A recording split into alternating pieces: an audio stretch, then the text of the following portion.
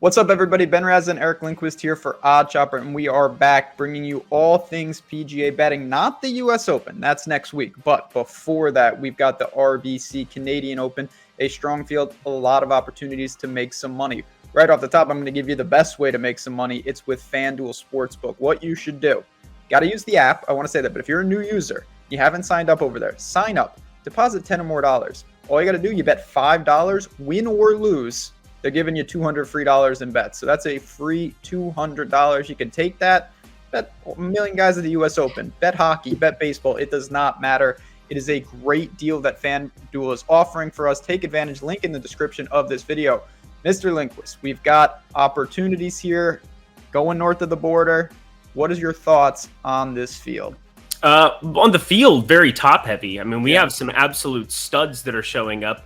Maybe it's kind of them just being in solidarity as everybody's heading to the Live Tour. We have the absolute big boppers. Rory McIlroy coming back, your boy, heading back to Canada where he set the world on fire once upon a time a couple of years ago. So it's gonna be wild. It's gonna be fun. But Scheffler, Justin Thomas, Shane Lowry's been playing phenomenal golf, and then of course my boy.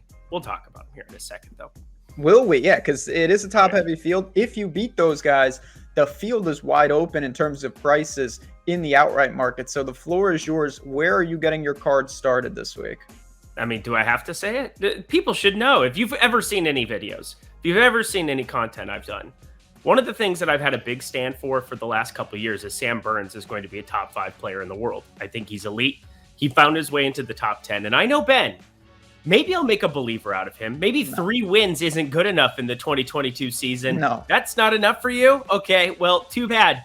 The number is plus 1,400. There's some plus 1,600s around the place, but on FanDuel specifically, they have our top 2 bets on OddsShopper right now.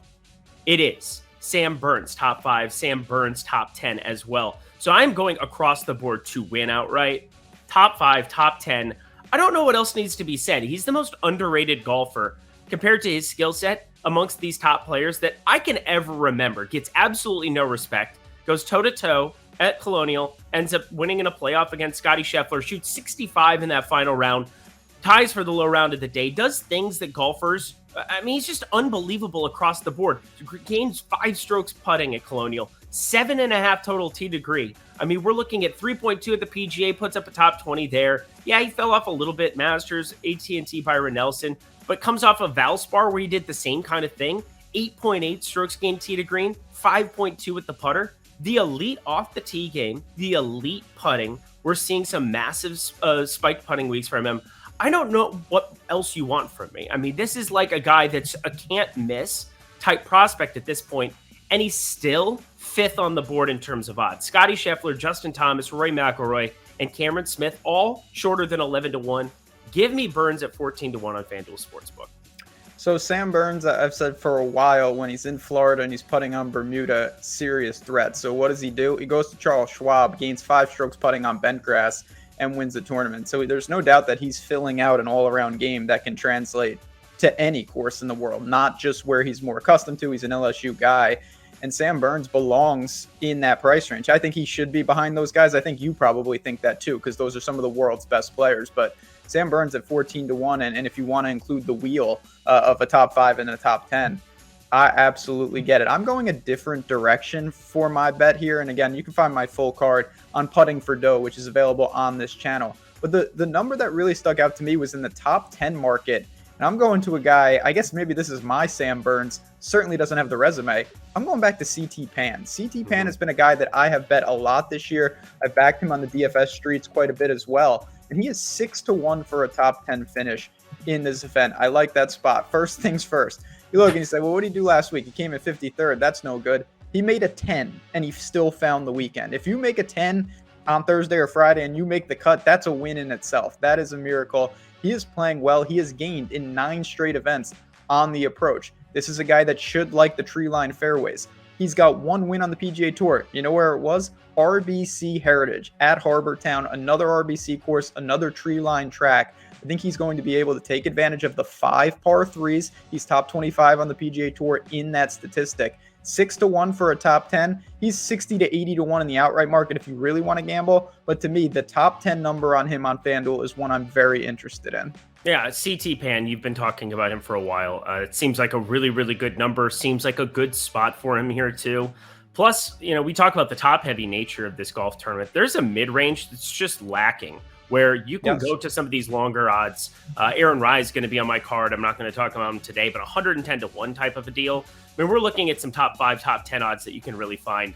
But I wanted to highlight one player to round out my card, and he's like a last addition, but it's more of just somebody to keep your eye on here. He just qualified for the U.S. Open that's going to be starting up here in 2 weeks. But it's a young player that I believe in a lot. And I always try to get the chatter. I'm lucky enough to know, some people at the USC, UCLA golf teams. Who are the guys that are up and coming? Who do you need to be paying attention to?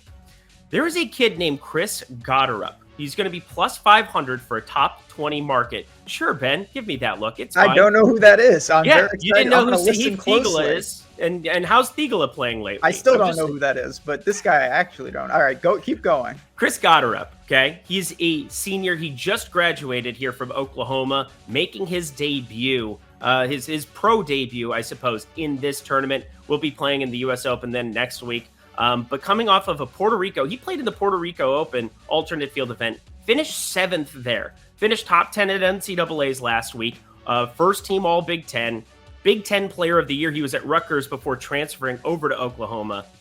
When I say that this guy bombs it, he absolutely bombs it. And we have no strokes gained data for it, but he just played at NCAAs, and everybody's talking about how much speed these kids are creating coming out of college now. He is at the top of the list. The guy is just as consistent as it gets in every single facet of his game. Somebody that you just want to be early to the party on. And when you see a number as short as plus 500 for a top 20, I mean, he's in the same range as, some Grayson Siggs, Luke Donald, Hank Lebioda. I think that that's underrepresenting the kind of talent that he has, the kind of ball striking pedigree that he could have coming out of school here.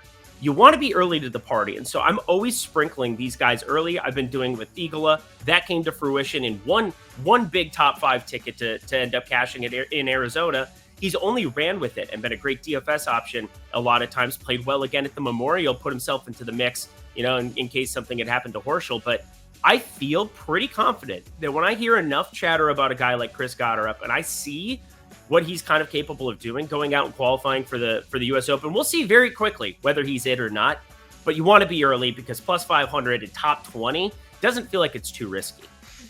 There you have it, folks. We got Sam Burns. Maybe adding another win to the resume would be, man, he would be on the heels of Scheffler for most impressive 2022 season. We got CT Pan for me, 6 to 1 for that top 10. Now we have a guy that I'm excited to see if he has a Wikipedia, if I can read it. I don't even know if he has one. Chris Gotterup, correct? That's his name? Yep. Gotterup. 5 to 1 for a top 20. I think it's up at the end. Gotterup. There we go. Well, we're going to find out. If he's on the leaderboard, they will be talking about him. And you do want to be early on some of these guys. That is why you want to like and subscribe to this channel. We are digging into these fields, trying to find the value. It's all about getting that value, and we're going to do that. FanDuel has done that for you. Again, special thanks to them, for me, for Eric, for everyone here at OddsShopper. Thanks again for tuning in. As always, we appreciate you. Good luck. Enjoy the PGA, and we'll be back next week talking all things U.S. Open.